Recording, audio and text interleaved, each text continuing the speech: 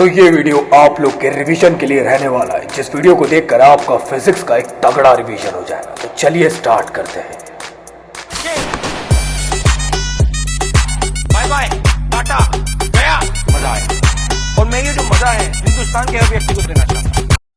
तो चलिए कंटिन्यू करते हैं हमारे आज की इस रिवीजन सीरीज को, और हम लोग देखने वाले इलेक्ट्रिक पोटेंशियल एंड कैपेसिटेंस को। तो आइए बढ़ते हैं। आगे बढ़ने से पहले सबसे इंपॉर्टेंट टॉपिक निकल के आता है कि आखिर इलेक्ट्रिक पोटेंशियल डिफरेंस क्या होता है। इसका मतलब ये कि आप लोग एक चार्ज को उठा के ला रहे हो एक पॉइंट से दूसरे पॉइंट पे, और ये बताना है आप लोग को कि जहां से उठा के लाए थे और जहां पे अब रख दियो वहां पे क्या पोटेंशियल का डिफरेंसेस निकल कर आया। तो इसको बताने के लिए एक फॉर्मूला यूज करना रहता है, वो रहता है del V which is equal to external work done upon charge. इसके बाद अगर आपसे कोई कहे कि यार इलेक्ट्रिक पोटेंशियल निकाल के दिखाओ किसी सिंगल पॉइंट के लिए, तो याद रखिए सिंगल पॉइंट के लिए निकलना तो यार मुश्किल है, लेकिन आप इसको निकाल सकते हो। कैसे? जब आप किसी एक चार्ज को इन्फिनिटी से उठाकर अगर किसी एक रिस्पेक्टिव पॉइंट पे लेकर आओगे तो इन्फिनिटी पे पोटेंशियल जीरो हो जाएगा और आप लोग की वी की वैल्यू निकल के आ जाएगी external work done upon charge. याद रखिएगा यहाँ पे V which is equal to work done upon charge और यहाँ पे del V which is equal to work done upon charge. तो अगला होता है electrostatic potential due to the charge. तो जैसे कि आप लोग को याद है इलेक्ट्रिक फील्ड में हम लोगों ने पढ़ते एक फॉर्मूला था जो था K Q upon R square. Same to same यहाँ पे के लिए फॉर्मूला होता है और वो होता है आप लोग का के क्यू बाय आर। वहां पे स्क्वायर था, यहाँ पे आर है। ये काफी इंपॉर्टेंट चीज, और के की वैल्यू 1/4 पाई एप्सिलॉन नॉट ही रहेगी। इसके थ्रू आप लोग किसी भी रिस्पेक्टिव पॉइंट के लिए, किसी भी पॉइंट चार्ज के लिए इलेक्ट्रोस्टैटिक पोटेंशियल की वैल्यू निकाल सकते हो। अब जब बात सुपरपोजिशन की आएगी तो याद रखना किसी एक सिस्टम के अंदर जब ढेर सारे चार्जेस है तो सब चार्जेस अपना इंडिविजुअल क्या लगा रहे हैं, पोटेंशियल लगा रहे हैं। तो नेट समेशन क्या हो जाएगा उनका, algebraic sum of all the potential difference आप लोग का V1 प्लस V2 से लेकर जहां तक के चार्जेस जा रहे हैं उन सबका पोटेंशियल। इसके बाद अगला टॉपिक निकल के आता है, जैसे याद करो वहां पे हमने एक डाइपोल लिए थे, डाइपोल पे इलेक्ट्रिक फील्ड निकाले थे पी पॉइंट पर। तो यहां पे भी सेम टू सेम जब एक्सियल के लिए आप लोग यार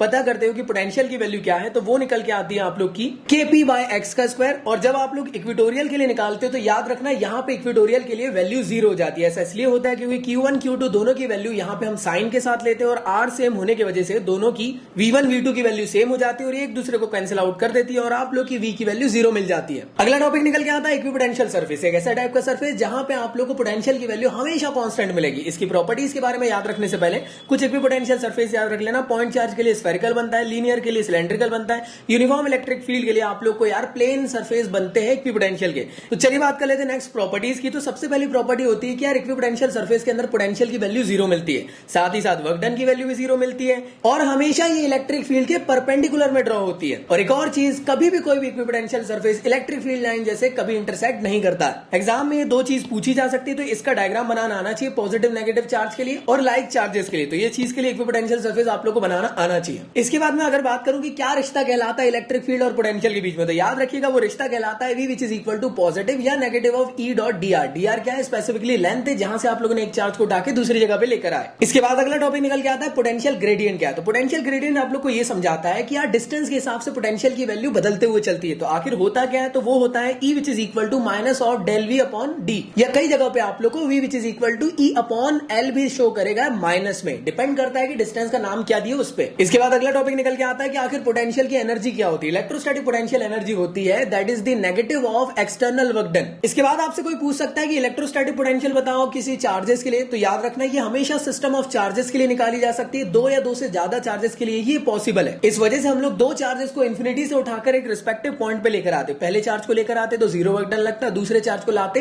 पहला चार्ज दूसरे चार्ज पे फोर्स लगाता है और इसकी वजह से जो पोटेंशियल एनर्जी निकल के आती है वो होती है के Q1 Q2 अपॉन R। इसके बाद अगला टॉपिक ये है कि अगर आप यूनिफॉर्म इलेक्ट्रिक फील्ड में अगर किसी डायपोल को रख देते हो तो बताओ कितनी एनर्जी जनरेट होती है। पहली चीज तो ये, जब भी इलेक्ट्रिक फील्ड में आप लोग किसी डायपोल को रखते हो तो टॉर्क जनरेट हो जाता है और वो अपनी जगह पे गोल गोल गोल गोल घूमता है। डेरिवेशन आपसे ये कह रहा है कि बताइए आखिर ये कितनी पोटेंशियल एनर्जी जनरेट हो रही है। तो जो पोटेंशियल एनर्जी जनरेट होती है वो होती है माइनस पी कॉस थीटा, जिसको आप लोग माइनस पी डॉट ई भी लिख सकते हैं। टॉर्क की वैल्यू मैक्सिमम कब होती है, जब 90 डिग्री रहती है, लेकिन उस टाइम पे याद रखना एनर्जी की वैल्यू मिनिमम हो जाती है। और जब टॉर्क की वैल्यू मिनिमम रहती है तो उस टाइम पे यार एनर्जी या तो मैक्सिमम हो सकती है या मिनिमम हो सकती है। मैक्सिमम मिलेगी 180 डिग्री के केस में और मिनिमम मिलेगी 0 डिग्री के केस में। तो चलिए इलेक्ट्रिक कैपेसिटेंस की अब बात कर लेते हैं। सबसे पहला टॉपिक यहां से है कि यार कैपेसिटर क्या होता है। कैपेसिटर एक ऐसा टाइप का डिवाइस है जो अपने अंदर चार्जेस को स्टोर करके रखता है। इसके बाद अगला टर्म निकल के आता है कैपेसिटेंस। मतलब ये कि किसी भी कैपेसिटर की कितनी कैपेसिटी है अपने अंदर चार्जेस को स्टोर कर सके। अगर किसी की कैपेसिटेंस ज्यादा है इसका मतलब कि वो कैपेसिटर बड़ा है, और अगर किसी की कैपेसिटेंस कम है इसका मतलब है कि जो रिस्पेक्टिव कैपेसिटर है वो छोटा है। इसके लिए फॉर्मूला आप लोग को याद रखना वो है Q directly proportional to V। जैसी प्रोपोर्शनलिटी हटाते हो तो C आ जाता है और C which is equal to Q by C हो जाता है।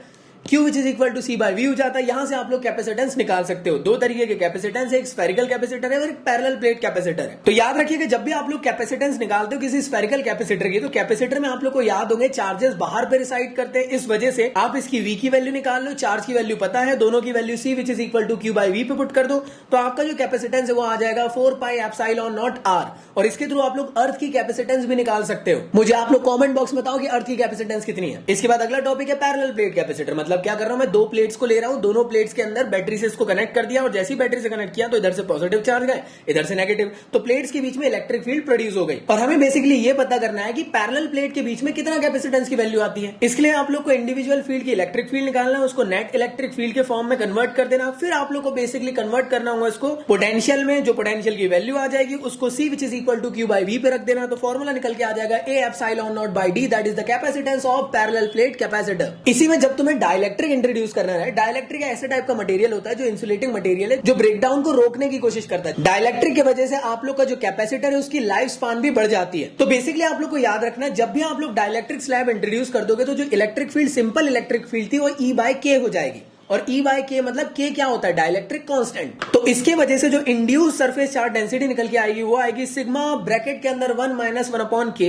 डाइलेक्ट्रिक के साथ जो पोटेंशियल डिफरेंस निकल के आएगा वो आएगा E by K into D। और जो पोटेंशियल डिफरेंस की वैल्यू निकल के आएगी डाइलेक्ट्रिक मीडियम के लिए वो आएगी V बाय K। और इसी के साथ साथ यार भाई कैपेसिटेंस कितना निकल के आएगा, जो पहले निकल के आया था ना बस उसमें K का इंटू कर दो, तो कितना निकल के आएगा वो आएगा आप लोग का Ka epsilon naught by D। इसके थ्रू आप लोग parallel plate capacitor with dielectric के लिए कैपेसिटेंस निकाल सकते हो। इसके बाद याद रखना ये वाले टॉपिक से सिर्फ न्यूमेरिकल आने वाला, तो इसका फॉर्मूला आपको याद होने चाहिए कि कितनी एनर्जी स्टोर होती है किसी कैपेसिटर के अंदर। याद रखना U की वैल्यू होती है half Q square by C, दूसरा फॉर्म होता है हाफ QV और उसका दूसरा फॉर्म होता है हाफ CV स्क्वायर। इसके बाद अगर मैं बात करता हूं कॉम्बिनेशन ऑफ कैपेसिटर की, या तो आप लोग उसको सीरीज में कनेक्ट कर सकते हो या तो आप लोग उसको पैरेलल में कनेक्ट कर सकते हो। याद रखना सीरीज में पोटेंशियल डिफरेंस की वैल्यू यहां पे आप लोग को डिफरेंट मिलेगी लेकिन चार्जेस सेम रहेंगे। इस वजह से जो नेट कैपेसिटेंस निकल के आएगा वो आएगा 1 upon C equivalence which is equal 1 upon C1 plus 1 upon C2 से लेकर जितने भी आप लोग कैपेसिटर लगा लो उनकी कैपेसिटेंस निकल जाएगी। जब पैरेलल की बात करूं तो यहाँ पे चार्जेस डिफरेंट हो जाते हैं, पोटेंशियल डिफरेंस यहाँ पे सेम रहता है। इस वजह से जो यहाँ पे आप लोग को वैल्यू निकल के आती है कैपेसिटेंस की वो आती है क्या, C equivalence which is equal to C1 plus C2 से लेकर जितने भी कैपेसिटर लगा लिए उन सब की कैपेसिटेंस यहाँ पे एड ऑन होते हुए चलेगी। तो यहाँ से होता है आप लोग का खत्म टॉपिक। तो आई होप आप लोग को सारी चीजें समझ में आ चुकी होंगी। मुझे अनअकैडमी में फॉलोअप जरूर कर लेना क्योंकि एग्जाम टाइम में मैं आप लोग के लिए लेकर आ रहा हूँ ढेर सारी फ्री क्लासेस।